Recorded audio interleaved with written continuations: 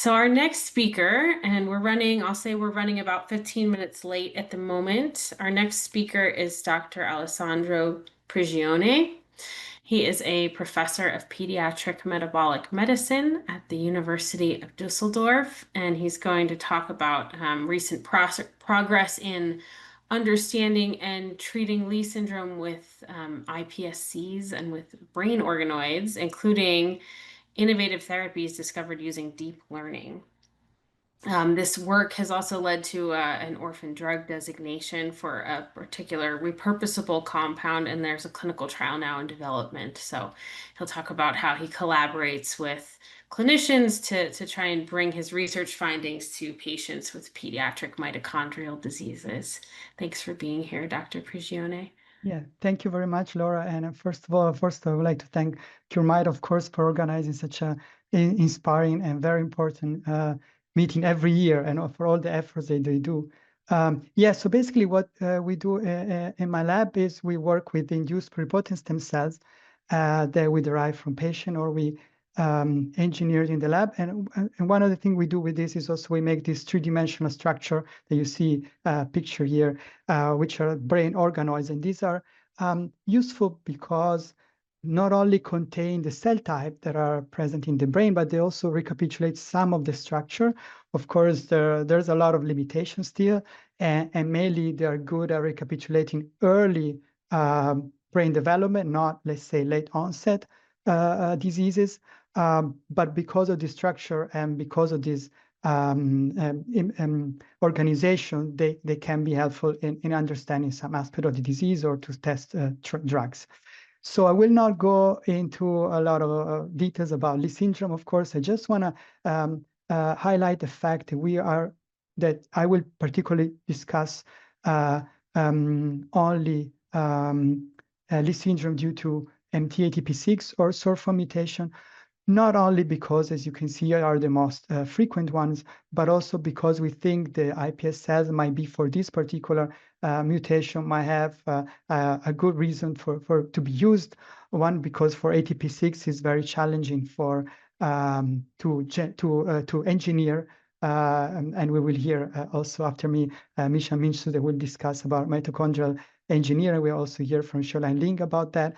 So we'll not mention anything related to mitochondrial engineering, but I just want to say that because of these challenges, it is more difficult to use, for example, to generate animal models. And for SORF1, it's a nuclear gene, so it is possible to generate animal models. And in fact, there is a piglet models that now has been recently developed, but somehow instead the mice with SORF1 knockout do not develop phenotype, or may even some showed even have a longer lifespan. So we think for these reasons, ATP6 and SORF1 could benefit from using iPS cell models. So the way how we ideally would like to proceed is that we start from patient material, and usually we take skin fibroblast to reprogram to iPS cells. Then if possible, we can generate control by mitochondrial or nuclear editing, and then we differentiate into 2D cells, and we're mainly interested in the central nervous system, so we make neurons or neuroprogenitor cells or brain organoids, like I said, and on this we'll try to understand the disease, but mostly also try to perform screening. And the difficult part is, of course, to go from screening to patient, and this is the part we can discuss at the end if there's time, where because of the challenges in the academia, but also on the pharma, there's not a lot of incentive to really bridge this gap. So what we did in the past is that we used brain organoids carrying SORFA mutations, and we found that compared to the control, you see here a lot of red, these are the neurons, and you see there's a lot of defect in the neurons generating the brain organoids with SORFA mutation.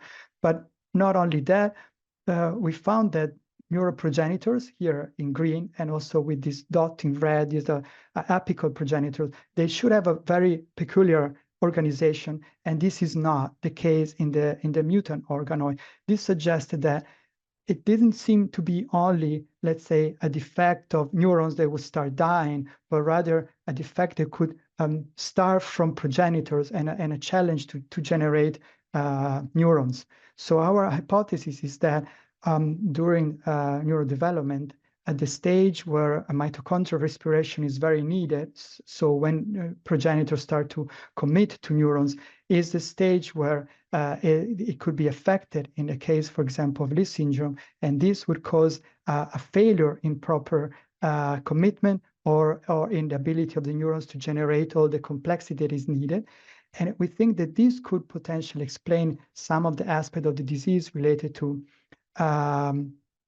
developmental impairment, because this process of neuronal communication is very important also for prenatal, but also postnatal early development.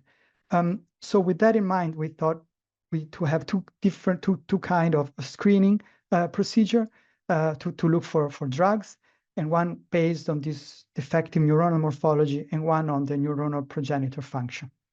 So we'll talk first about the first one. So this inability to make proper complex neuronal morphology. So we had it develop a system where we study, first we start from stem cell iPS cells, we differentiate into neuroprogenitor cells, and then in either 2D neurons or in 3D organoids, we were looking at the neuronal morphology. And you see here, this is all in the SIRF1 mutant background. And you see that in 2D, we see defective neuronal generation, like I said before. And in 3D, in these midbrain organoids, which midbrain is a region that is affected in also in Leigh syndrome. We see that the neurons can be made, but sometimes the morphology can be very abnormal. And TH, positive tyrosine hydroxylase, which are dopaminergic neurons, component of the midbrain, they are very affected.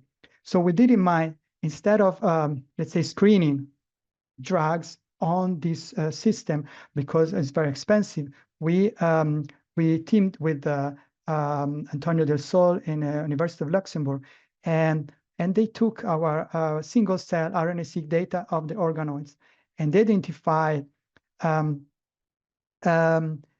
so they identified there was a defect in this neuronal generation, and because of that, there were particular differentially expressed transcription factors. And basically, with the deep learning algorithm, they predicted potential drugs that could improve this conversion from radial glia or MPCs to neurons. So basically, to promote this failed differentiation. In parallel to that, we collaborated also with Ethan Perstein. We'll also hear speaking after me from Perlara, and they use instead a screening on yeast, also defective for SIRF1, and they identify some hits. And then we thought, okay, we take the hits from both screening, and we used our neuronal morphology screening. And interestingly, coming from these two different screenings, we were able to validate drugs that had similar structure to azoles. So telarazole and came from the deep learning, and sertaconazole from the yeast screening. So we'll go in 1 minute to explain about azoles. But first, we validated that this improvement was not only occurring in 2D, but also in the neuron, in the 3D organoids. You see that improvement with the use of these drugs in the neuronal morphology. And of course, we did a lot of assay also to improvement in mitochondrial respiration or decrease of lactate production. But we were looking at also to understand the mechanism of action. And we think that this would go through the interaction to the CYP enzyme on the retinoic acid pathway. And we think that that is a pathway that is important for neuronal development. And so at this moment, we think in particular, telarazole seems to be more effective and also had a higher score in the interacting with this enzyme. So we're trying to think how to move from this stage, this discovery stage, to go into patient. The challenge is that telarazole was developed as a drug for psoriasis, only for topical production. So it's not easy to suggest it to patient. But the good news is that recently, last year, there has been some studies showing that systemic telarazole use was effective in ameliorating inflammation in a mouse model of osteoarthritis. And now there's currently a clinical trial ongoing for osteoarthritis in adult patients, but with systemic telaresol. So we're hoping that to learn from that trial and hopefully understand how maybe we could see if we can have a path to understand how to reposition telaresol or similar molecules for Leigh syndrome. The other screening that I mentioned before is on neuroprogenitors' function themselves. Well, this is because in the past we found that neuroprogenitor cells carrying ATP6 mutation have a abnormal hyperpolarization, abnormal increase in the mitochondrial memory potential because mutation in complex 5, there's accumulation of protons. And so we use that as a phenotype in collaboration with Ole Pless in Fraunhofer, Hamburg, to develop a screening. So this time was an actual screening, not in silico. And so we used also repurposable drugs. And basically how it works is that we want the cell count to be high, so it means the cells to be viable, and the MMP should be going in this direction. So this is the mitochondrial memory potential of the patient line. So it's a bit increased with ATP6 mutation, and this is the control in black. So, and all these blue are all the drugs, the repurposable drugs, and we identify too in this mild section, we sort of started with mild uncouplers. So these mild drugs, we identify 2 PD5 inhibitors, and this for us was interesting because we already found in previous work that PD5 inhibitors are potentially useful in correcting this defective mitochondrial memory potential. So what are PD5 inhibitors? These are luckily instead used also in pediatric conditions, although they're mostly famous also for erectile dysfunction, so you might be familiar with Viagra, but there are safety use for also in children for PD5 inhibitors for treating pulmonary hypertension and other lymphatic malformations. So in this case, if successful, it is possible to transfer directly to patient. So we focus exactly more on PD5 inhibitors because of the safety among all the PD5 other member of this class. So we found that there was a dose-mediated response to sildenafil on the mitochondrial memory potential, and also an increase in ATP in neuroprogenitor cells. We generated brain organoids, and we confirm what I told you before, this defective generation of neurons and progenitors. You see here in the control, organoids make all this nice organized structure of progenitors labeled by SOX2 that it's kind of aberrant in ATP6 organoid. And we saw that with the, and this by looking at this ratio between neurons and progenitors, which is aberrant in ATP6 mutation, we see that it was reverted with treating with sildenafil. And when we put these organoids under stress and measure calcium, this is increased. There's an increased response that was also blunted when we pre-treated before stress, pre-treated the organoids with sildenafil. And we also measure neuronal morphology that I mentioned we think is important parameter, and we saw that it was improved with sildenafil in neurons carrying ATP6 mutation, but also in neurons carrying SURF1 mutation. So although our work is mainly based on ATP6, for this case, there might be possibilities to be expanded, and that's what we're working on. So ATP6, I mentioned, there's difficulty in animal models, so we used other animal models. So we collaborated with Dai, Johns Hopkins, to use the NUFES4 knockout model that was already introduced before. This is a complex 1 defect, also causing Leigh syndrome. And by treating with sildenafil, we saw that the mice had increased lifespan, and there was an improvement in several parameters, moving energy expenditure, or also cell death in the brain. We also then turned to another animal model of SURF1 that I mentioned at the beginning. The mice are not a good model, unfortunately, but the piglet has been found, the SURF1 piglet knockout model can recapitulate some of the disease severity of Leigh syndrome. So we collaborated with Dario Brunetti in Milan, Italy, and basically you see here the SURF1 knockout piglet, they have a very severe phenotype. They only live basically, they die basically in the first few hours of days of life. And with sildenafil treatment, although also the first stage of a few days after birth seems a very unstable stage, but some of them survive that stage, and some of them have a very extensive increase in the lifespan.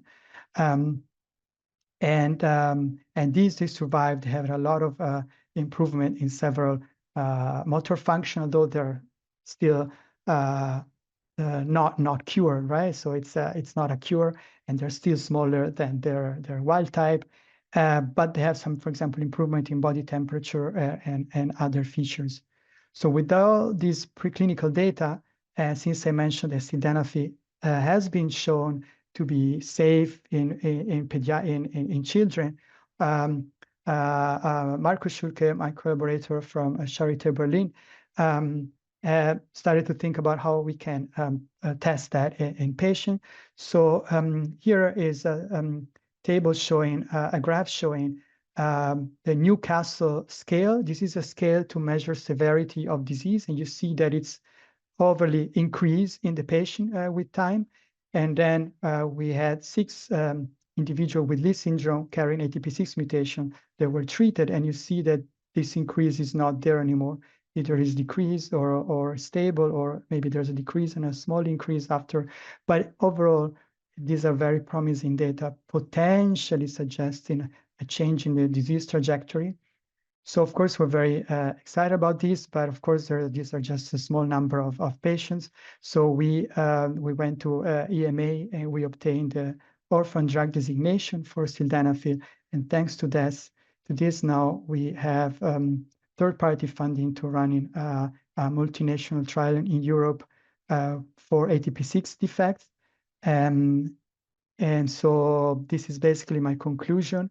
I told you about how brain organoids show this effective potential of also progenitor of early neural development that we think would be important also to think future strategies that we want to start as early as possible.